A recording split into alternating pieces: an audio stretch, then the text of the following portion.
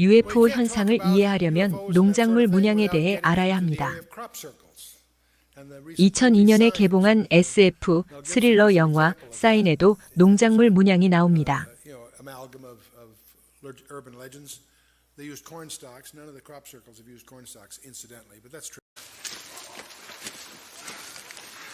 Morgan, what's happening? Dogs are barking. Woke us up. Are you hurt? I think God did it. Did what, Morgan?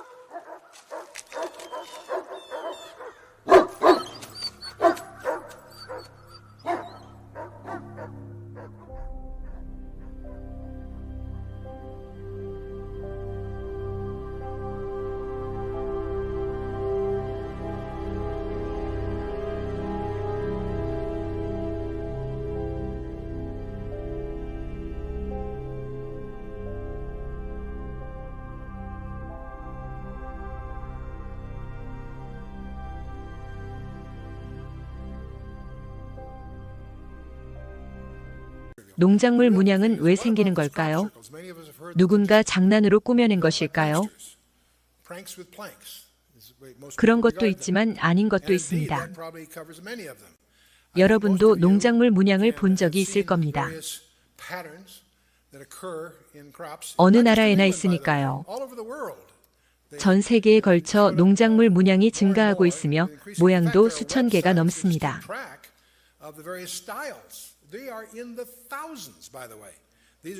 그중 몇 가지만 살펴봅시다.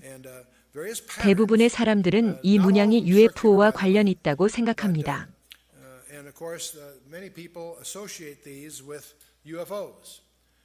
들판 위로 UFO가 날아간 후 농작물 문양이 생겼다고 말하는 이들도 있습니다.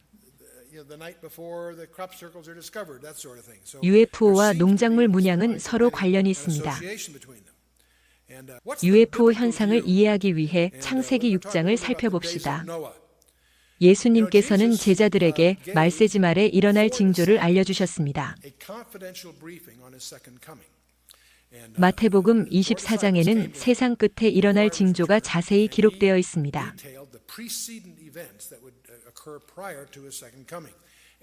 마가복음 13장, 누가복음 21장, 22장에도 종말의 징조가 기록되어 있습니다. 예수님께서는 종말의 징조를 말씀하시면서 거듭 경고하셨습니다. 사람의 미혹을 받지 않도록 주의하라. 마태복음 24장 4절 말씀. 이 말씀은 오늘 강연의 주제이기도 합니다. 사탄이 말세지 말에 인간을 어떻게 미혹하는지 살펴보겠습니다. 마태복음 24장 37절에 기록된 예수님의 말씀을 읽어봅시다. 노아의 때와 같이 인자의 임함도 그러하리라.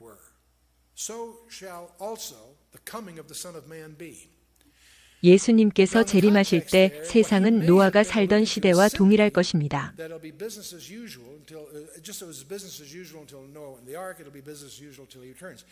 대부분의 그리스도인들은 이 구절을 심각하게 받아들이지 않습니다. 그러나 마태복음 24장 37절 말씀에는 놀라운 비밀이 숨겨져 있습니다. 이 말씀을 이해하려면 노아가 살던 시대의 상황을 알아야 합니다. 예수님께서 말씀하신 노아의 시대는 과연 무슨 뜻일까요? 노아의 시대는 UFO와 관련 있을까요? 노아가 살던 시대의 상황을 이해하기 위해 창세기 6장을 살펴봅시다. 우선 창세기 6장 1절과 2절 말씀을 한 문장으로 이해하셔야 합니다. 이 두 구절을 한 문장으로 묶어서 읽어야 노아의 시대를 제대로 알 수 있습니다. 사람이 땅 위에 번성하기 시작할 때에 그들에게서 딸들이 나니 창세기 6장 1절 말씀. 하나님의 아들들이 사람의 딸들의 아름다움을 보고 자기들이 좋아하는 모든 자로 아내를 삼는지라. 창세기 6장 2절 말씀. 이 말씀에서 주목할 단어는 하나님의 아들들입니다. 하나님의 아들들의 의미를 살펴봅시다. 하나님의 아들들은 히브리어로 베네하 엘로힘입니다.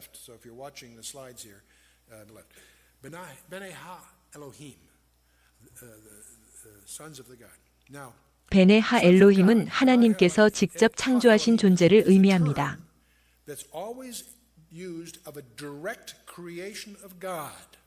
아담도 베네하 엘로힘입니다. 우리는 베네하 엘로힘이 아니라 아담의 후손입니다. 그러나 우리는 예수 그리스도를 믿음으로써 하나님의 자녀가 되었습니다. 욥기와 누가복음에 기록된 하나님의 아들들과 하나님의 자녀도 베네하 엘로힘을 의미합니다.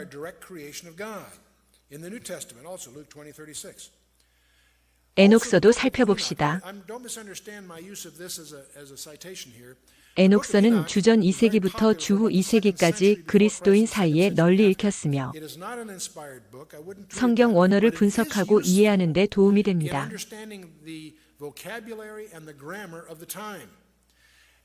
에녹서에도 하나님의 아들들, 즉 천사가 나옵니다. 70인역은 구약을 히브리어에서 헬라어로 번역한 성경입니다. 주전 2세기경에 살았던 유대인들은 헬라어를 사용하였습니다. 알렉산더 대왕이 헬라 지역을 통일하고 헬라어를 공용어로 지정했기 때문에 유대인들도 먹고 살기 위해 헬라어를 배워야 했습니다. 당시 유대인에게 히브리어는 라틴어 또는 한문처럼 어려운 언어였습니다. 그래서 대부분의 유대인들은 구약을 헬라어로 번역한 70인역을 읽었습니다.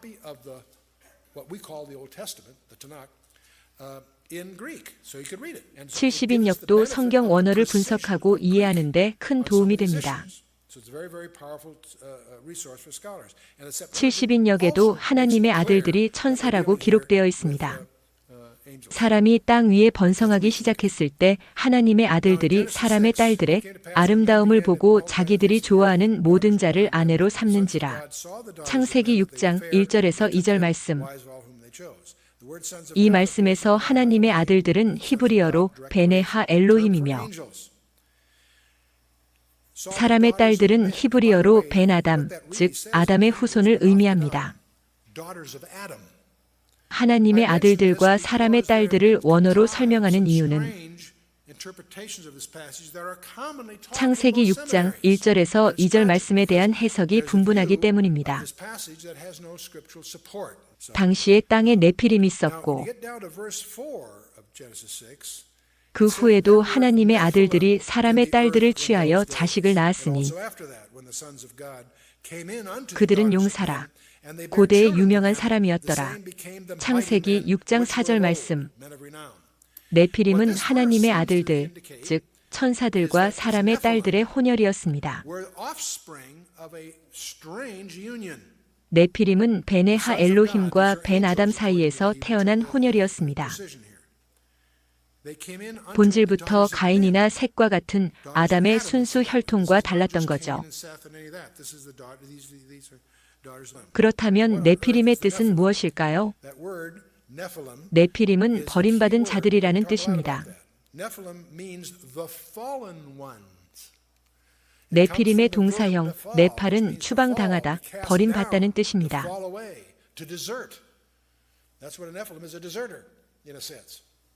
중요한 것은 창세기 6장 1절에서 2절 말씀에 기록된 하나님의 아들들이 타락천사라는 사실입니다.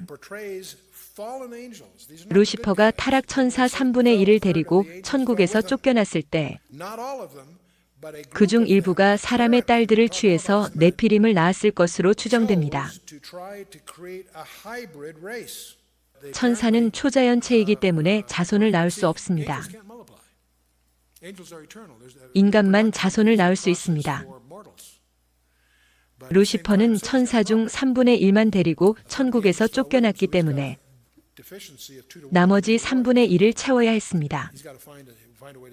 네피림이 그 수단이었는지도 모르죠. 네피림은 히브리어로 하기보림, 즉 용맹한 자입니다. 그런데 70인역 성경에는 네피림이 용맹한 자가 아니라 거인이라고 번역되어 있습니다. 70인역에 기록된 거인은 실제로 거인을 의미하는 것이 아닙니다. 거인의 어원은 기가스인데 이것은 땅에서 났다는 뜻입니다. 네피림은 히브리어로 버림받은 자이고 헬라어로는 땅에서 난 자입니다. 네피림의 여러 가지 의미를 염두에 두고 다음으로 넘어갑시다. 노아의 사적은 이러하니라. 노아는 의인이요 당세의 완전한 자라. 그가 하나님과 동행하였으며. 창세기 6장 9절 말씀. 창세기 6장 9절에는 매우 중요한 의미가 숨겨져 있습니다. 노아가 의인이었고 그 시대 사람들과 달리 하나님 앞에서 완전했다는 것이 무슨 뜻일까요? 완전하다는 히브리어로 타밈입니다. 타밈은 흠이 없고 건전하고 건강하고 결점이 없다는 뜻입니다. 노아가 완전했다는 것은 노아 가족의 DNA가 오염되지 않았다는 뜻입니다. 다시 말해 인간의 딸들이 타락 천사들과 결합하여 DNA를 더럽힐 때 노아는 시류에 편승하지 않았다는 것입니다. 그래서 하나님께서는 세상을 홍수로 멸하실 때 노아 가족을 구원하셨습니다. 하나님께서는 단지 인간의 죄악 때문에 홍수로 세상을 멸하신 것이 아닙니다. 하나님께서 생명의 기식 있는 육체를 천하에서 멸절하신 궁극적인 이유는 타락 천사들이 인간의 DNA를 더럽혔기 때문입니다.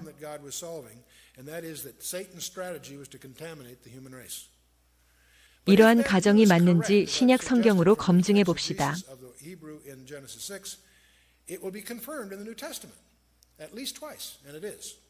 첫째, 창세기 6장 말씀은 유다서에 기록되어 있습니다. 유다서 1장 6절에서 7절 말씀을 읽어봅시다. 또 자기 지위를 지키지 아니하고 자기 처소를 떠난 천사들을 큰 날의 심판까지 영원한 결박으로 흑암에 가두셨으며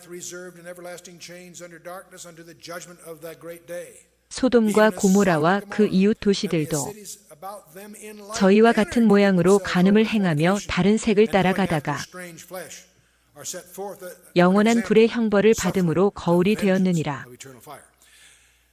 하나님께서는 타락 천사들을 심판하셨습니다.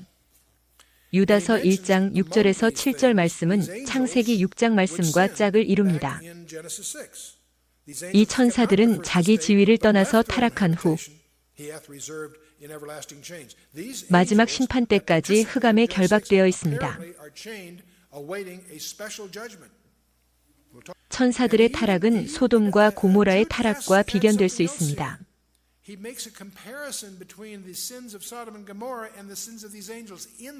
둘 다 하나님의 창조 질서를 무너뜨리는 죄악이기 때문입니다.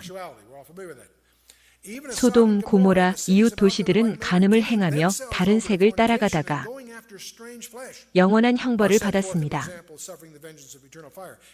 하나님의 아들들도 다른 색을 따라가다가 영원한 형벌을 받았습니다.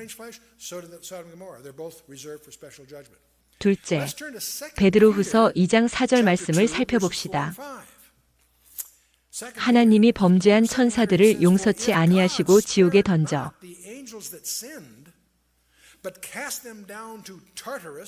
어두운 구덩이에 두어 심판 때까지 지키게 하셨으며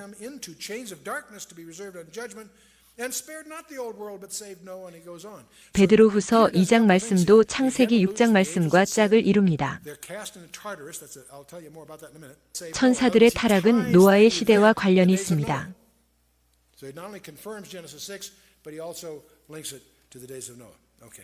타르타루스에 대해 알아봅시다. 타르타루스는 헬라어로 깊고 어두운 구덩이 또는 영의 세계에 있는 어둡고 깊은 구덩이를 의미합니다. 호머의 소설 일리아드에는 타르타루스가 음부 아래에 있다고 쓰여 있습니다. 타르타루스의 위치를 정확히 알 수는 없습니다. 한 가지 분명한 사실은 타르타루스가 인간이 측량할 수 없을 만큼 깊은 곳에 위치해 있으며 거기에 타락 천사들이 갇혀 있다는 것입니다. 그리스 신화에는 타이탄이 등장합니다. 타이탄은 신과 인간 사이에 태어난 혼혈, 즉 괴물입니다. 타이탄은 아버지 우라누스에게 반역하고 제우스와 전쟁하다가 패배한 후 타르타루스에 갇혔습니다. 기억하십시오. 그리스 신화는 꾸며낸 이야기가 아니라 실제로 있었던 사건입니다. 타이탄은 성경에 기록된 네피림을 가리킵니다. 그리스 신화에는 제우스, 아틀라스, 헤라클레스도 나오는데요. 아틀라스와 헤라클레스도 네피림을 가리킵니다. 신과 인간 사이에 태어난 혼혈이기 때문입니다. 네피림은 그리스 신화뿐만 아니라 수메르, 아시리아, 이집트,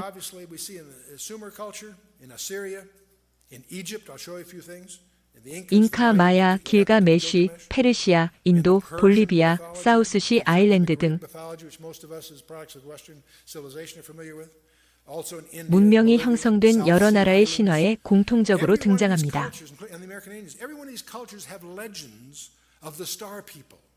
신이 인간 여자와 관계를 맺고 낳은 자식 말입니다. 미국 원주민들은 낯선 사람을 보면 손을 들게 한 후 손가락 수를 세었고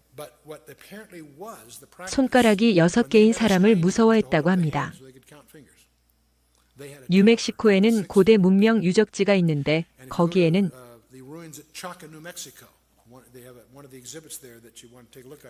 손가락 6개를 가진 존재가 형상화되어 있습니다.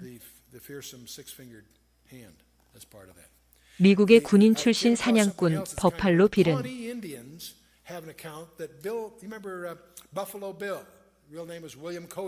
1920년에 자서전을 출판했는데 이 책에 흥미로운 내용이 있습니다. 샌드힐에서 우연히 포니 인디언들을 알게 되었는데 어느 날 인디언들이 아주 큰 뼈를 가지고 왔다. 인디언들은 그것이 고대의 그 지역에 살던 사람들의 뼈라고 말했다.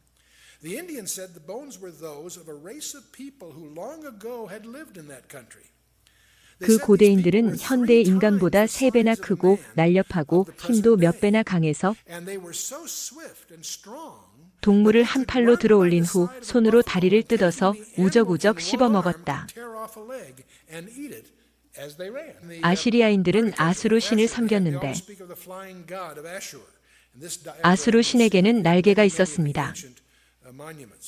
화살은 니무롯을 상징하는 것 같습니다. 아수르 신 관련 사진을 몇 장 살펴봅시다.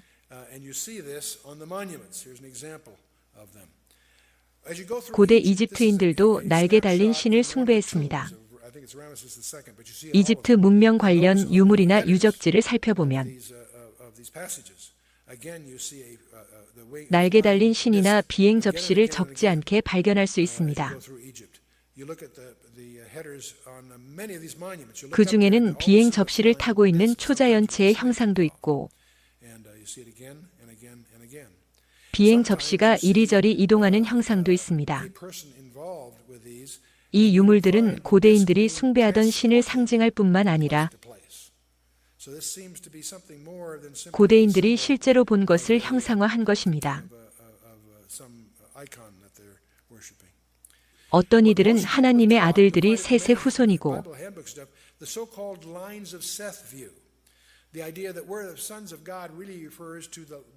사람의 딸들은 가인의 후손이며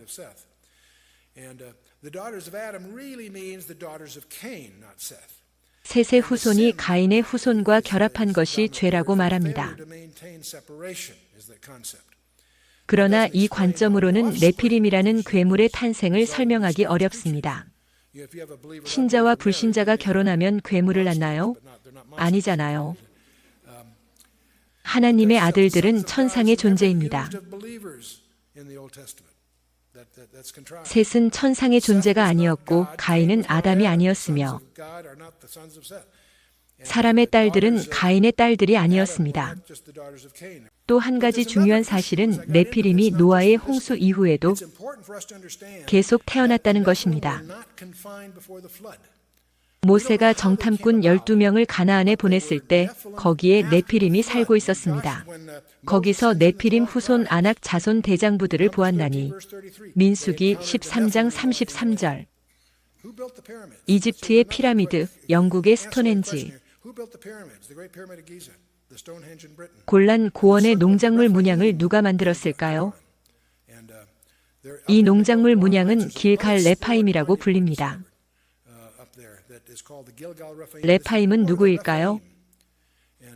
이 고대 유적들은 BC 3000년경에 만들어졌을 것으로 추정됩니다.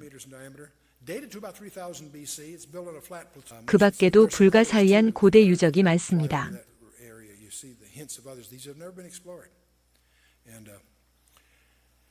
중요한 것은 이 고대 유적들이 구약에 기록된 역사서뿐만 아니라 예언서와도 관련이 있다는 것입니다.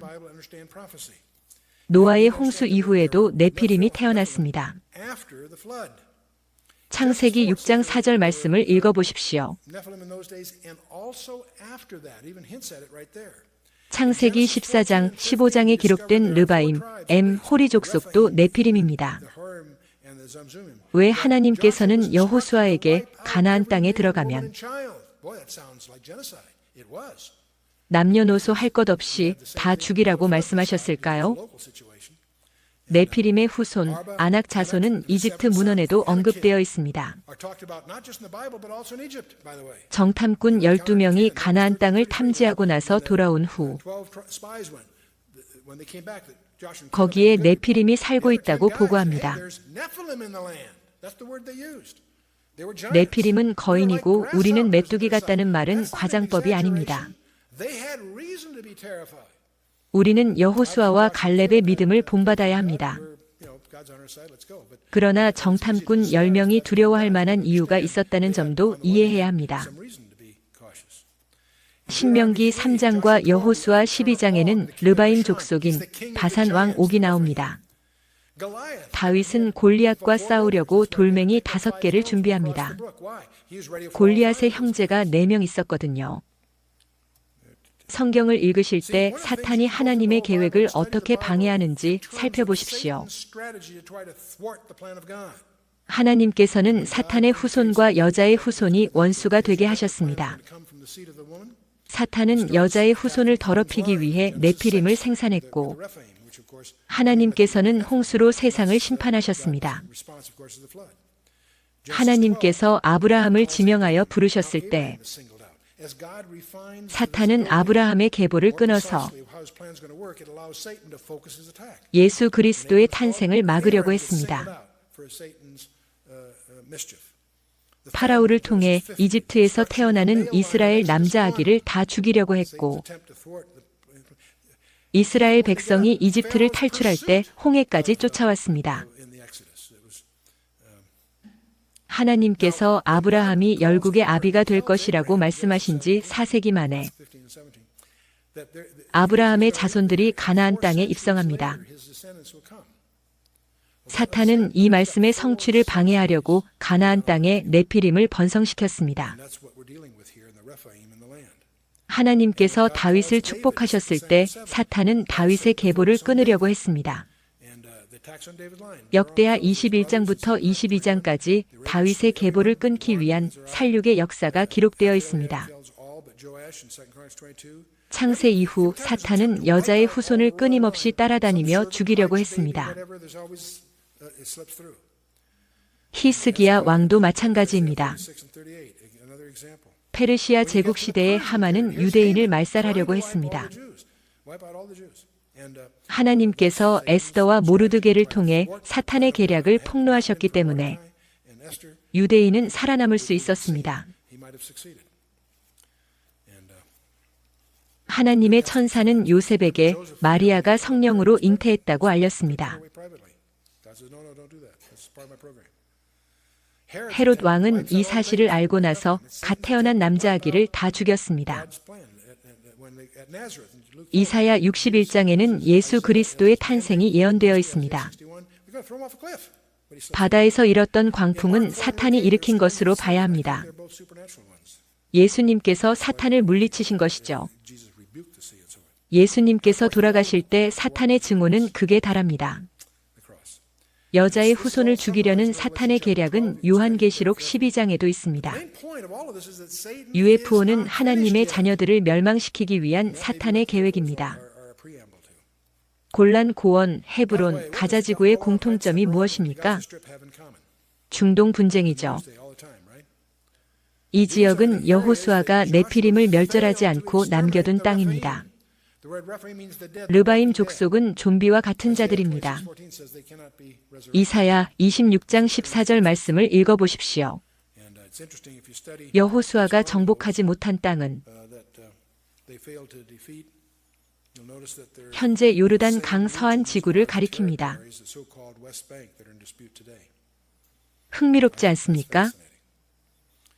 여호수아 세대가 정복하지 못한 그 땅에서 지금까지 갈등과 분쟁이 끊이지 않는다는 사실 말입니다.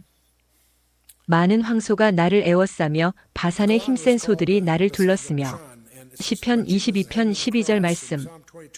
이 구절은 예수님의 고난을 상징합니다. 여기서 바산은 현재 골란 고원을 가리킵니다. 힘센 소들은 악한 영들을 상징하는 것 같습니다. 말하자면 르바임의 영이죠. 천사의 특성에 대해 살펴봅시다. 성경에는 천사들이 사람의 모습으로 등장하는 구절이 나옵니다. 천사들은 사람처럼 생겼습니다. 소돔과 고모라 사람들은 천사를 사람으로 착각했습니다. 천사들은 영계와 물질계를 자유자재로 넘나듭니다. 여호와 하나님과 함께 아브라함을 방문했던 천사 2명은 음식을 먹었습니다. 천사들은 악한 영들과 전쟁합니다. 출애굽기 12장과 열왕기하 18장에서 20장에는 만군의 여호와의 천사 군대와 악한 영들이 벌이는 천상의 전쟁이 나옵니다. 천사 한 명이 하룻밤 사이에 18만 5천 명을 죽일 수 있습니다. 천사들은 결혼하지 않습니다. 그러나 마귀의 특성은 다릅니다. 신약을 읽어보십시오. 마귀는 사람의 몸에 기생할 때에만 힘을 발휘합니다. 마귀는 천사가 아닙니다. 타락 천사와 마귀는 다릅니다. 천사는 형체가 있지만 마귀는 형체가 없어서 사람 안에 들어가려고 합니다. 천사들은 결혼해서 자식을 낳지 않습니다. 사람이 죽은 자 가운데서 살아날 때에는 장가도 아니 가고 시집도 아니 가고 하늘에 있는 천사들과 같으니라. 마가복음 12장 25절 말씀. 이 말씀에 기록된 천사들은 타락하지 않은 천사들입니다. 그렇다면 타락한 천사들은 결혼하고 자식을 낳을 수 있는 걸까요? 신약 용어 중에 오케테리온이 있습니다. 영이 들어가서 거주하는 처소를 의미하죠. 성경에는 영이 들어가는 처소에 대해 2번 기록되어 있습니다. 유다서 1장 6절 말씀과 고린도후서 5장 2절 말씀을 읽어보십시오. 이 두 말씀에 기록된 처소가 오케테리온입니다. 구원받은 자들이 영원한 집에서 거하는 몸이 오케테리온입니다. 타락 천사들은 자기 처소, 즉 오케테리온을 떠났습니다. 타락 천사들은 사람의 딸들을 취하기 위해 영이 거하는 몸, 즉 오케테리온을 벗고 땅으로 내려왔습니다. 만일 땅에 있는 우리의 장막집이 무너지면 하나님께서 지으신 집, 곧 손으로 지은 것이 아니요 하늘에 있는 영원한 집이 우리에게 있는 줄 아나니 과연 우리가 여기 있어 탄식하며 하늘로부터 오는 우리 처소로 덧입기를 간절히 사모하노니 타락 천사들이 버리고 간 그 몸은 우리가 간절히 소망하는 몸입니다. 이제 외계인 납치 사건에 대해 살펴봅시다. 외계인 납치 사건은 인간의 오감으로는 믿기 어렵지만 거짓말이라고 치부하며 무시하기에는 너무나 자주 끊임없이 발생하고 있습니다. 연구에 따르면 미국 인구의 1%에서 3%는 외계인에게 납치된 적이 있습니다. 경험담에 따르면 외계인들은 정자와 난자를 추출해서 따로 배양한다고 합니다. 이것은 악령과 인간의 혼혈을 만드는 과정인 것 같습니다. 창세기 6장에 기록된 것처럼 이것은 현대판 네피림 생산 과정이라고 할 수 있습니다. 외계인 납치 사건은 예수님께서 말씀하신 말세지말의 징조입니다. 정신과 의사로서 퓰리처 상을 수상한 존 맥스 박사가 외계인 납치 사건에 대해 연구한 바에 따르면 어느 날 갑자기 성인 남녀 또는 어린이가 외계인에게 납치되어 우주선으로 끌려간 후 잔인 무도하고 끔찍한 수술을 받습니다. 외계인에게 납치되었던 사람들이 자신의 경험을 아무리 생생하게 말해도 언론과 주변인들은 이들을 미친 사람 취급하며 비웃습니다. 그러나 이 주장을 무시하기에는 매우 뚜렷한 증거가 있습니다. 지난 수십 년 동안 외계인 납치를 경험한 사람들 수천 명을 연구한 결과 이들의 정신은 온전했고 납치 경험도 비슷했습니다. 그중 누구도 사람들의 관심을 끌거나 돈을 벌려고 증언하지 않았습니다. 맥스 박사는 외계인 납치 경험자 76명을 연구했습니다. 지능도 정상이고 정신과 치료 전력도 없는 사람 76명을 말이죠.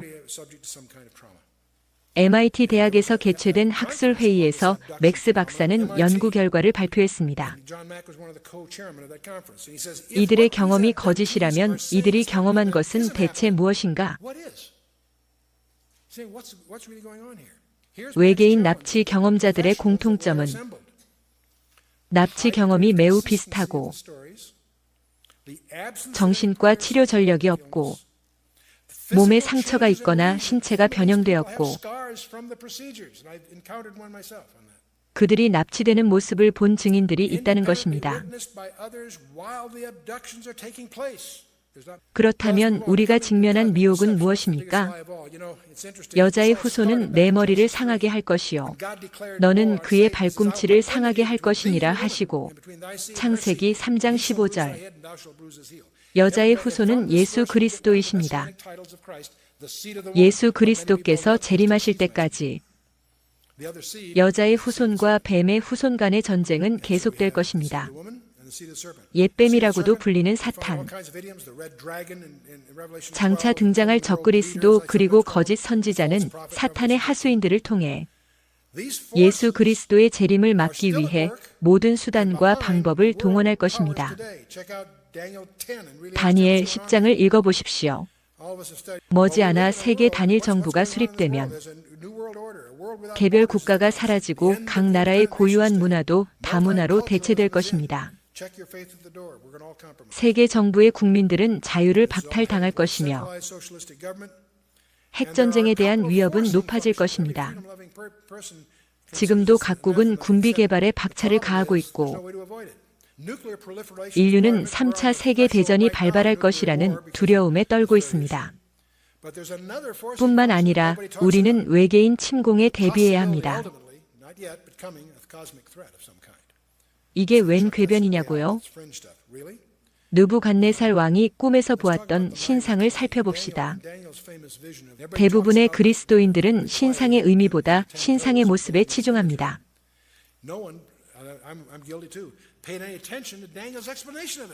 철과 진흙이 섞인 것이 다른 인종과 서로 섞일 것이나 피차에 합하지 아니함이 철과 진흙이 합하지 않음과 같으리이다. 다니엘 2장 43절. 철과 진흙이 섞인 것이 인간과 섞일 것이나 철과 진흙에는 인간과 다른 무언가가 섞여 있습니다. 인간이 아닌 것이 인간과 혼합된다는 뜻입니다. 철과 진흙이 혼합된 존재는 인간이 아닙니다. 이게 무엇인지 아시겠습니까? 철과 진흙이 혼합된 존재를 창세기 6장과 연결해서 생각해 보십시오. 사람들이 세상에 임할 일을 생각하고 무서워함으로 기절하리니 이는 하늘의 권능들이 흔들리겠습니다. 누가복음 21장 26절 말씀. UFO가 상공에서 때를 지어 움직일 때 사람들이 두려워하지 않습니까? 거짓 그리스도들과 거짓 선지자들이 일어나 큰 표적과 기사를 보이어 할 수만 있으면 택하신 자들도 미혹하게 하리라. 마태복음 24장 24절 말씀. 이 거대한 미혹이 닥칠 때 학식도 지식도 재물도 소용없습니다. 오직 성령님과 동행하는 사람만 이 엄청난 미혹을 이길 수 있습니다. 악한 영들은 인류가 지금껏 경험하지 못했던 기적과 이사를 일으킬 것입니다. 불법의 비밀이 이미 활동하였으나 지금 막는 자가 있어 그 중에서 옮길 때까지 하리라. 그때에 불법한 자가 나타나리니 주 예수께서 그 입의 기운으로 저를 죽이시고 강림하시리라. 데살로니가 후서 2장 7절에서 8절 말씀. 세계 지도자 중에서 죽었다가 다시 살아나는 사람도 있을 것입니다. 그 어떠한 미혹에도 넘어가지 않도록 항상 깨어서 기도하십시오. 그렇다면 적그리스도는 어디서 나오는 걸까요?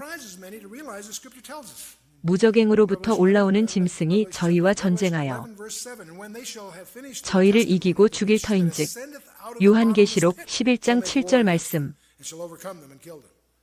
적그리스도는 무적행에서 올라옵니다. 적그리스도는 인간이 아니라 무적행에서 올라오는 사탄의 화신입니다. 내가 본 짐승이 무적행에서 올라올 때 생명책에 농명되지 못한 자들이 짐승을 보고 기이하게 여기리라. 요한계시록 17장 8절.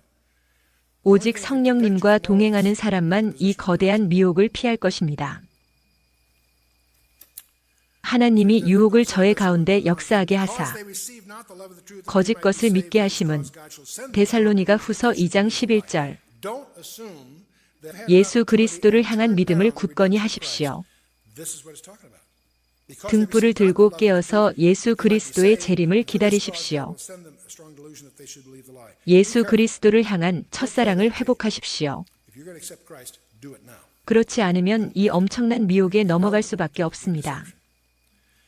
어찌하여 열국이 분노하며 민족들이 허사를 경영하는고 세상의 군왕들이 나서며 관원들이 서로 꾀하여 여호와와 그 기름받은 자를 대적하며 우리가 그 맨 것을 끊고 그 결박을 벗어버리자 하도다. 시편 2편 1절에서 3절. 현재 전 세계 각국이 군비를 무장하고 전쟁을 준비하는 궁극적인 이유는 하나님을 대적하기 위해서입니다.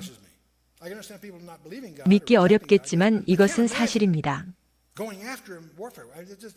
외계인 납치 사건과 네피림 생산도 하나님을 대적하기 위한 군비 증강의 일환입니다. 외계인의 유형은 크게 세 가지로 나뉩니다. 첫째, 영화에 자주 등장하는 외계인은 그레이입니다.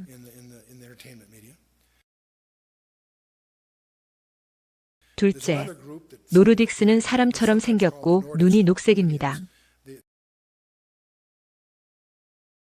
셋째, reptilian은 외계인 중 가장 흉악하게 생겼습니다. 공상과학 영화나 드라마에 등장하죠. 왕년의 미드, V를 아시나요? 40년 전 지구를 침략해온 외계인들과의 사투를 소재로 한 쇼킹했던 미국 SF 드라마입니다. 다 아는 스토리겠지만 잠깐 복습을 해보도록 하겠습니다. 어느 날 갑자기 지구에 들어와 자원을 약탈하고 인간들을 먹이로 삼는 외계인들이 있습니다. 거기에 협조하여 앞잡이 노릇을 하는 사람들도 있습니다. 그리고 지구를 되찾기 위해 저항하는 인간들도 있습니다. 이들의 얘기입니다. 드라마가 얼마나 인기 있었는지 방영 시간인 주말 저녁에는 거리의 인적이 끊겼다고 합니다. 자, 본론으로 들어갑니다.